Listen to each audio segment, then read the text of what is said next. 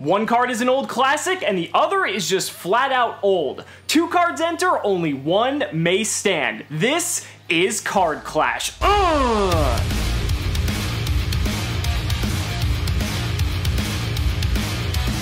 What's going on, guys? It's Cimo, and welcome to Card Clash, the show where we pick two cards against each other to see which one is on top. Now, this is something that happens so commonly amongst a group of friends, or maybe with some people at locals. You know, you're trying to figure out which card is better over another when you're trying to decide between the two to play, and you guys will go back and forth arguing on which one you should play, but this is your opportunity to settle the score. And for this first debut episode, we're going to be covering Solemn Scolding versus Mind Crush. But before we get into that, a quick shout out to two brand new patrons, Dakane and Arthur. And if you want to support me through Patreon and help continue helping me make series like this, check out the link in the description below. But without further ado, let's get right into it. Starting off with Solemn Scolding. Solemn Scolding is currently, I would say, the reigning champion at this point, because at the current time of making this video, Solemn Scolding has basically been a staple in side decks moving forward. Now, for those of you who don't know, Solemn Scolding is a counter trap card that reads, if this is the only set card in your spell and trap zone, when a monster would be summoned or a spell card, trap card, or monster effect is activated, pay 3,000 life points, negate the summon or activation, and if you do, destroy that card. So there's a lot of strengths when it comes to Solemn Scolding, and there's a lot of good reasons why people are playing it. First off, it is a counter trap, and the fact that it's a counter trap means that it's spell speed 3, so if you're using it in response to any of your opponent's cards, that basically means the chain is going to end right there, and you're going to negate whatever it is that you want to negate. Your opponent's not going to have the opportunity to activate something else and maybe pull off a little bit of shenanigans in order to kind of cheese their way out of that situation. The best part about counter traps is that they basically just say flat out no, and by looking at this artwork, that's basically what the old guy on the card is saying. The next best thing about Solemn Scolding is the fact that it basically just negates anything in the fucking game, outside of, let's say, a pendulum summon of multiple monsters, since the card text does specifically is singular in its text. But anything you don't want to deal with, if there's a normal summon you don't want to deal with, or a special summon, if your opponent has a really powerful one of spell card or trap card that you really need to negate in a pinch, Solemn Scolding is going to be the best option for you. And you feel really safe when you're behind a Solemn Scolding, because yeah, sure, you do have that 3,000 life point cost, but the fact that you have to only pay that to pretty much negate anything in the game, I mean, back in the day, we were paying 4,000 life points with Solemn Judgment to negate less, in fact, because Solemn Judgment actually doesn't stop monster effects. So the fact that we were paying more than that for something that covers less in terms of its application just goes to show the true power of Solemn Scolding. Now, no card does come without its weaknesses, and in this case, the 3,000 life points is a very hefty cost, and you have to consider the fact that when you're playing a game, if you fall below that 3,000 life point threshold, this card becomes absolutely useless to you, because if you draw it, or if you already have it set on your field, if your opponent knocks you under that 3,000 life points, this is just a dead card that your opponent no longer has to worry about, and it's one less resource you have to use moving forward in that game that could potentially turn the tables back in your favor. Another thing about Solemn Scolding is the fact that, you know, it has to be the only set card, and that is a very big drawback, because depending on what deck you're playing, this isn't a card that you can throw into a deck that plays a lot of back row. Now, theoretically you could, but you have to use every other piece of back row before you use that Solemn Scolding, and that seems very impractical, especially depending on how quickly a game can change, and when you really need a card that can stop basically anything, it kind of sucks when you have that stipulation that it can be your only set card. Now, if you have, let's say, two cards in your back row, and one of them happens to be a Solemn Scolding, that's not too bad, because that's only one other card you have to preemptively activate before using that Solemn Scolding, and that seems rather practical, but the more back row you add into that equation, the much harder it becomes to resolve. In addition to that, you also can't set multiple copies of Solemn Scolding at the same time, because if you do, then you won't be able to activate either one, basically locking yourself out from using it altogether. You can use one, and then when you use that during your opponent's turn, you can set another one. There's there's nothing wrong with that, but it can be very cloggy in multiples, especially if you happen to draw them in your opening hand. Now, having that one to protect you seems really good, but if you happen to draw two or even all three of them, then that doesn't really exactly favor you too well. Solemn Scolding is also a very reactive card as well, because you're having to wait for your opponent to do something in order to activate it. Now, traps inherently are more reactive, but we're going to be discussing Mind Crush a little bit later, and I would say Mind Crush is definitely more proactive in comparison to a card like Solemn Scolding. And with that, let's go ahead and head over to Mind Crush. Now, Mind Crush, for those of you guys don't know, has an effect that reads, declare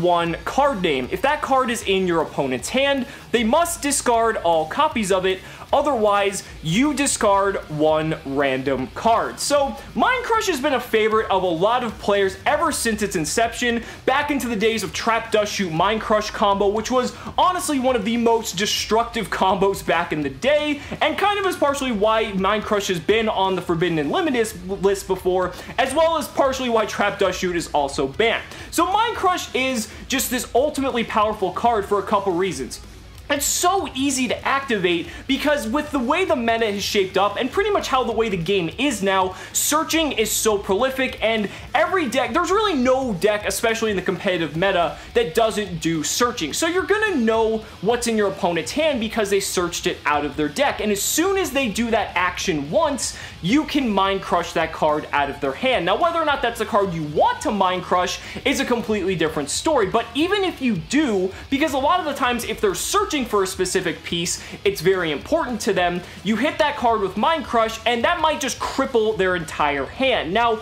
another benefit of Mind Crush is the fact that you get to look at your opponent's hand, and that is absolutely monumental because hand knowledge in the game of Yu-Gi-Oh! Is invaluable. Being able to see what else your opponent has and being able to accordingly counterplay to maybe other hand traps that they may have, maybe they have board wipes, maybe they have just a few other bomb one-ofs in their hand that they can just drop on you, you can then take the time to strategically figure out how you're going to deal with those accordingly, or if they have, let's say, some trap cards, you know what's going to be in their back row, whether they try to bluff you or not, and that is just huge going into the later turns. It can ultimately dictate the pace of whether or not you win or lose that game. Now, another important aspect of Mind Crush is that if you call a card and your opponent happens to have multiple copies of that card in their hand, you get to discard all cards with that same name out of their hand, and that is just huge because that turns Mind Crush into a potentially much higher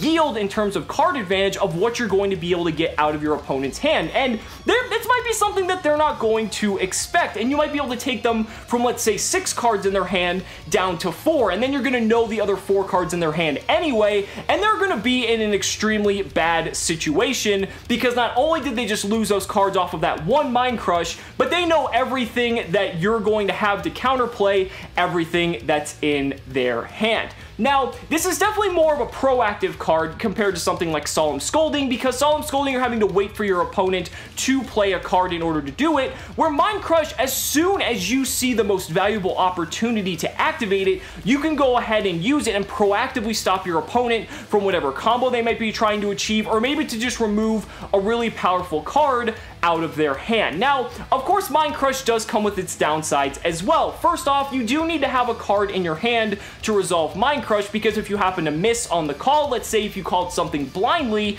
you do have to discard a card. But that downside could be turned into a positive, because if you're blind calling something that you're trying to play around, let's say it's like a hand trap or a board wipe, and you don't necessarily mind discarding a random card out of your hand, then that can just be worth the risk, because you may have lost a card and taken a minus on the Mind Crush, but you know for a fact now that your opponent doesn't have that card in their hand because they had to reveal their hand to you, meaning you can proceed with your play knowing that they have nothing that's going to be able to stop you. Now, another thing is that it doesn't offer as much protection as a card, let's say, like Solemn Scolding, because yes, you can hit multiple cards out of your opponent's hand, and if you look at them side by side, Mind Crush and Solemn Scolding can probably hit a lot of the same cards in theory, but when you look at something like a board wipe. You know, Mind Crush is not a card that's going to protect you from a board wipe because board wipes aren't searchable,